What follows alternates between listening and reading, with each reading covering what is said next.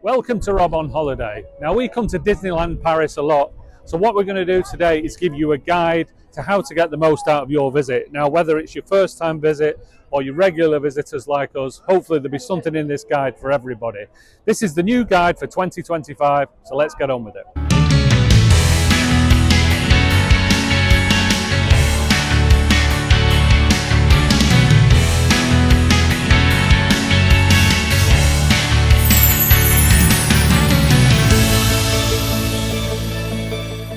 So the first thing we're going to talk about is how to get to Disneyland Paris. And from the UK, there are a surprising number of good options.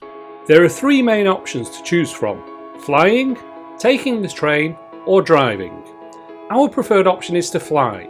Regular flights leave from major UK airports to both Charles de Gaulle and Orly airports in Paris on a daily basis.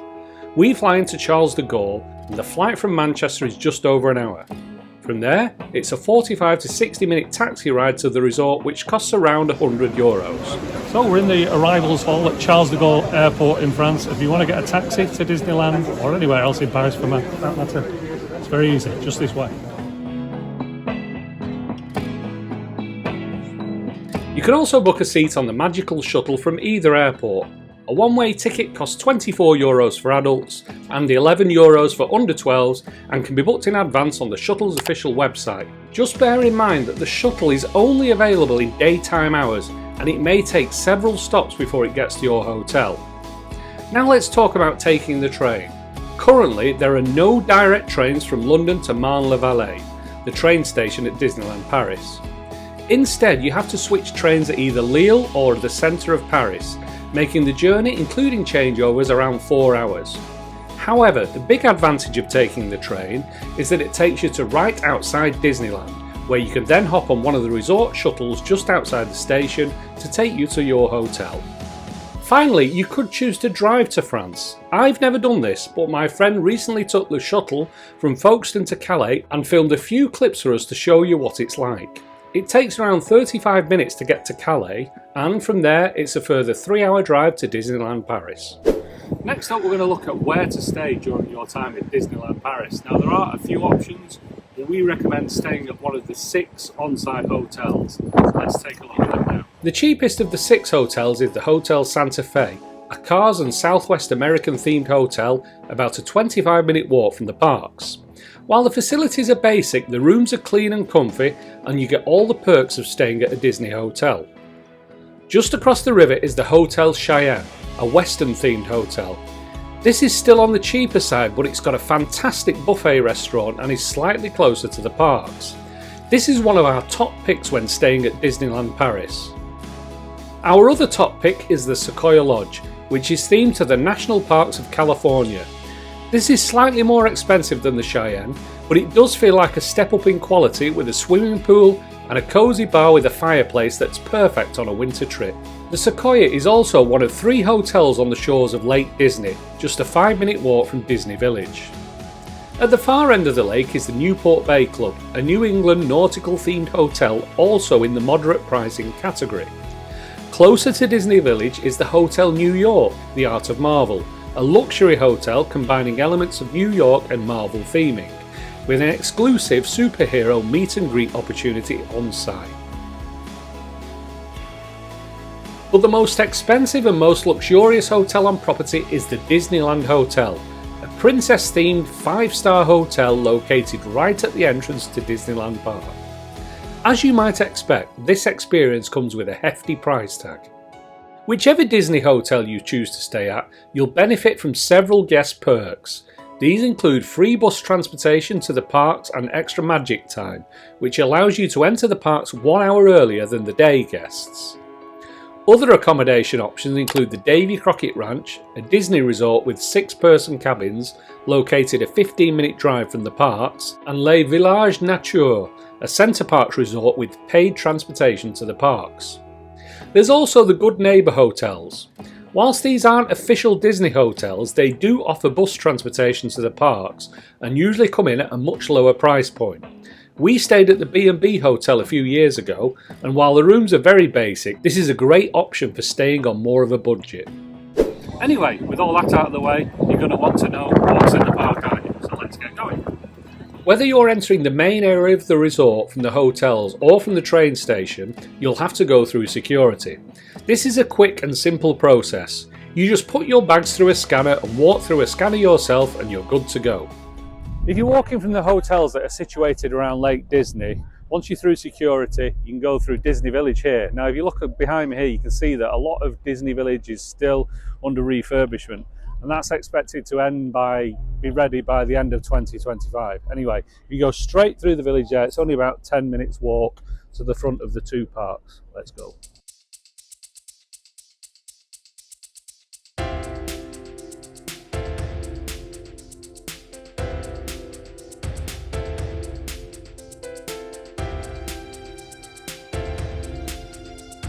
So let's give you a quick orientation of Disneyland Paris. If you walk through Disney Village from Lake Disney and the hotels area, this is where you end up. Now, if you see behind me the main Disneyland park there, where the Disneyland Hotel is, that's straight down. Over to this side, we have Walt Disney Studios, lots of great rides in there. Usually this park closes earlier than the main park. Just to the side here, if you were to come on the train from Paris, then you have to go through the turnstiles here, or of course if you're staying outside of Disneyland Paris area, you have to come through the security check in there, but all roads lead to the middle here and straight down to the parks. Recently, Disneyland Paris switched to digital park tickets, so the easiest way to access your park ticket is now through the Disneyland Paris app. Make sure to download the app and link your booking with your booking reference before your trip, and your ticket should automatically appear in the app. Then all you need to do is scan your phone at the turnstiles and you're in. So here we are, this is the centre of Disneyland Paris main park, the castle behind me. It's divided into 5 lands: Fantasyland behind the castle, Discoveryland that way, Frontierland, Adventureland. There's lots to do for everybody. There's lots of things that you're not going to want to miss out on. So, without further ado, let's get started. Let's start with the first land you enter, Main Street, USA. This is where you'll find the castle and is mainly known as a place for shopping, with the Emporium being the largest shop in the park. This is also where you'll find the Disneyland Railroad, a train ride taking you on a tour of the entire park. Moving on to Frontierland, which is my favourite land. This one's hard to beat in terms of attractions. First there's Big Thunder Mountain, a runaway mine train roller coaster that takes place on the mountain in the middle of the lake. And right next door is the Phantom Manor, Disneyland Paris's darker version of the Haunted Mansion. At the back of Frontierland, you'll also find one of the best shows to see in the park, Rhythms of the Pride Lands, a Lion King tribute show. Next up is Adventureland, another beautiful land with lots of trails and caves to explore on foot. In terms of attractions, the highlight is Pirates of the Caribbean, a boat ride taking you back to the heyday of pirates on the Spanish Main. There's also Indiana Jones and the Temple of Peril, an outdoor inverted roller coaster. The most quintessentially Disney of all the lands is Fantasyland, where you'll find rides that retell the stories of classic fairy tales. Highlights include Peter Pan's Flight, where you board a pirate ship and sail to Neverland with Peter and Wendy, and It's a Small World, a boat ride featuring dolls from all the different countries of the world. While in Fantasyland, don't forget to explore Sleeping Beauty Castle and head down into the dungeon to see the dragon, the largest audio animatronic at Disneyland Paris. The final land at Disneyland Park is Discoveryland, a land based on science fiction visions for the future. Here you'll find Star Wars Hyperspace Mountain, an inverted indoor roller coaster, and Star Tours, a simulator attraction where you explore the galaxy with C-3PO. For kids, there's Buzz Lightyear's Space Ranger Spin, an interactive shooter game where players try to defeat the evil Emperor Zurg. Before we leave Disneyland Park, there are just a few more entertainment highlights I wanted to point out. Every afternoon you can enjoy Disney Stars on Parade, a parade that runs through Fantasyland and Main Street, USA, featuring some of your favourite Disney characters. Young kids will love this, so you'll definitely want to grab a spot early for a good view. Also, as the evening draws to a close, don't miss Disney Tales of Magic, the brand new fireworks and drone show for 2025, which includes projections down the entirety of Main Street for the first time ever. The great thing about Disneyland Paris is that the two parks are just a 5-minute walk from each other, making it easy to visit both in one day. Walt Disney Studios Park, soon to be renamed Disney Adventure World, is a park designed to immerse you in the worlds of your favourite Disney and Pixar films. It's worth noting that this is a work in progress, with half the park under construction, but there's still plenty worth doing here. My favourite ride at this park is Ratatouille the Adventure, a trackless ride which sees you join Remy as he tries to escape from Chef Skinner's kitchen. Not only is the ride great, but it's also part of the entire Ratatouille Square, which is one of the best lands at Disneyland Paris. Thrill seekers will also want to ride Crush's Coaster, a spinning roller coaster through the world of Finding Nemo, and the Twilight Zone Tower of Terror, a drop attraction that takes place in a haunted hotel. The newest land at Walt Disney Studios is Avengers Campus, where you'll find Spider-Man Web Adventure, an interactive attraction where Spider-Man recruits you to help defeat the Spider-Bots. The Walt Disney Studios Park is also known for its shows, and the highlight for me is Mickey and the Magician, a 30-minute stage show with live performers featuring classic Disney music and characters. This is a must-see on your visit to Disneyland Paris, so make sure to get in line around 30 minutes before the show to get a seat. As I mentioned, the park is evolving, with the addition of 2 new lands expected over the next 5 years or so. In 2026, Arendelle World of Frozen will be opening, along with a new lake and lakeside boulevard where nighttime shows will take place. Then, at a later date, Disney has announced that a Lion King land with a log flume ride will be added to the park. So, lots to look forward to over at Disney Adventure World. So there you go, that's the best set of rides here at Disneyland Paris, but how are you going to get to ride them all? Well, being honest, it is tricky, but we do have a few hints and suggestions to help you on your way. The best way to maximise your time at the parks is to get up early. If you're staying at a Disney hotel, it's worth using your extra hour of park time in the morning to do 1 or 2 rides without having to wait too long.